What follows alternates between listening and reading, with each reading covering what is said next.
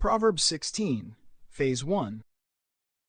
1. The plans of the heart belong to man, but the answer of the tongue is from the Lord. This teaches that while we form intentions, God ultimately governs outcomes. 2. All a man's ways seem right to him, but the Lord weighs the heart. This is saying that self-judgment can be wrong. God sees true motives. 3. Commit your works to the Lord, and your plans will be established. This teaches that aligning your actions with God brings stability and direction. The Lord has made everything for its purpose, even the wicked for the day of trouble. This is saying that nothing is outside God's authority. Even judgment has purpose. 5. Everyone who is proud in heart is an abomination to the Lord.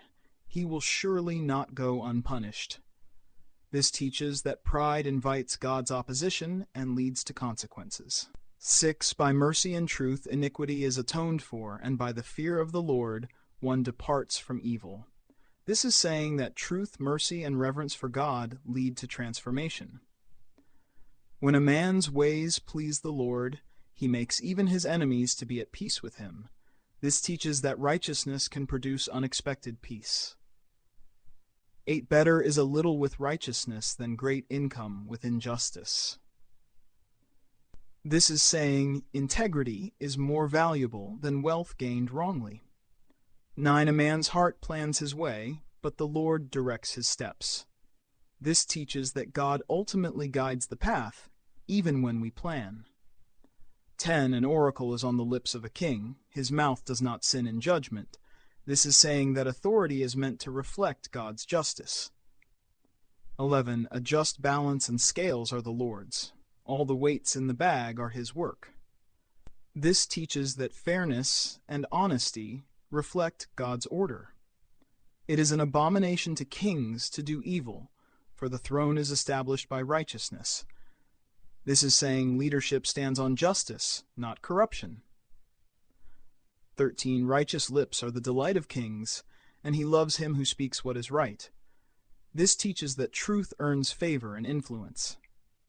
For in a king's wrath is a messenger of death, but a wise man will appease it. This is saying wisdom can diffuse even dangerous situations. 15. In the light of a king's face there is life, and his favor is like the clouds of spring rain. This teaches that favor from authority brings blessing and provision. How much better to get wisdom than gold? To get understanding is to be chosen rather than silver. This is saying wisdom is far more valuable than wealth. 17. The highway of the upright turns aside from evil. Whoever guards his way preserves his life. This teaches that avoiding evil protects your life. 18. Pride goes before destruction, and a haughty spirit before a fall. This is saying arrogance leads directly to downfall. 19. It is better to be of a humble spirit with the lowly than to divide the spoil with the proud. This teaches that humility is better than gain tied to pride. 20. Whoever gives thought to the word will discover good, and blessed is he who trusts in the Lord. This is saying attentiveness and trust in God lead to blessing. 21. The wise of heart is called discerning, and sweetness of speech increases persuasiveness. This teaches that wisdom and good communication increase influence. 20. Good sense is a fountain of life to him who has it, but the instruction of fools is folly. This is saying understanding sustains life. Foolishness multiplies itself. 23. The heart of the wise makes his speech prudent and adds persuasiveness to his lips. This teaches that wisdom shapes both thinking and speech. 24. Pleasant words are like a honeycomb, sweet to the soul and healing to the bones. This is saying kind and truthful words bring life and health. There is a way that seems right to a man, but its end is the way of death. This teaches that human judgment alone can lead to ruin. 26. A worker's appetite works for him. His mouth urges him on. This is saying need and desire drive effort and productivity. 27. A worthless man plots evil, and his speech is like a scorching fire. This teaches that wicked intent spreads harm through words. A perverse man stirs up strife, and a whisperer separates close friends. This is saying gossip and division destroy relationships. 29. A violent man entices his neighbor and leads him in a way that is not good. This teaches that wrongdoing spreads through influence. 30. Whoever winks his eyes plans crooked things. He who purses his lips brings evil to pass. This is saying hidden signals often reveal harmful intent. 30. Gray hair is a crown of glory. It is gained in a righteous life. This teaches that a life lived rightly leads to honor. 32. Whoever is slow to anger is better than the mighty, and he who rules his spirit than he who takes a city. This is saying self-control is greater than power. 33. The lot is cast into the lap, but its every decision is from the Lord.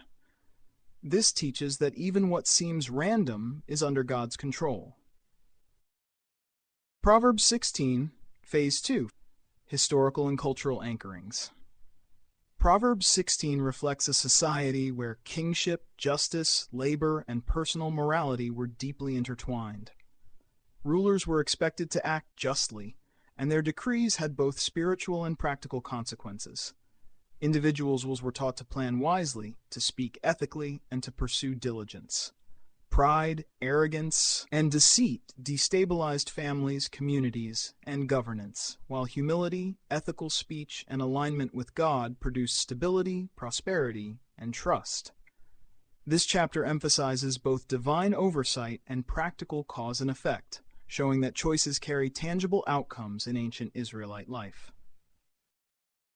Modern application. Today, Proverbs 16 teaches that ethical alignment, careful speech, and diligence are essential for personal, professional, and communal flourishing.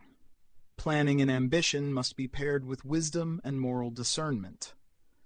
Pride and arrogance remain dangerous, while humility and responsiveness to correction protect and guide. Speech continues to shape relationships, and ethical governance or leadership produces societal stability. Trusting in God and aligning actions with His wisdom ensures outcomes that are sustainable and beneficial in contemporary life. Linguistic anchorings. The Hebrew text uses contrast, parallelism, and repeated motifs to illustrate cause and effect and divine oversight. Key words include Hacham, wise, Resha, wicked, Nefesh, soul, and Lashon, tongue. Repetition of themes such as human planning versus divine direction reinforces moral instruction. The Veritas 365 translation renders these contrasts in natural, modern English while preserving nuance, poetic structure, and practical applicability. Theologically, Proverbs 16 emphasizes God's sovereign oversight of human intention and action. He honors humility, justice, and diligence while exposing pride, deceit, and folly. Human plans must align with God's will to succeed. Ethical leadership ensures societal and familial stability. God observes both internal motives and external deeds, rewarding righteousness and allowing natural consequences to follow folly. The chapter underscores that divine guidance and moral alignment are inseparable from practical outcomes. Key themes: divine oversight versus human intention. God directs outcomes beyond our perception. Humility versus pride.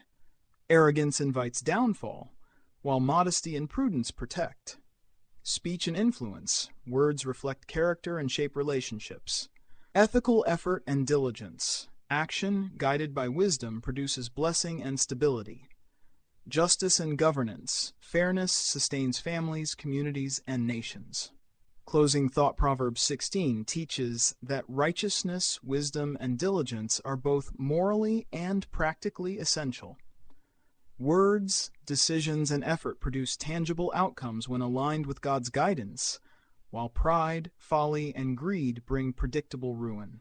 The chapter challenges us to integrate divine alignment into thought, word, and action, showing that wisdom manifests in both spiritual and observable real-world results. Reflection prompts. Are your plans aligned with ethical and divine principles? How do your words influence relationships and outcomes around you?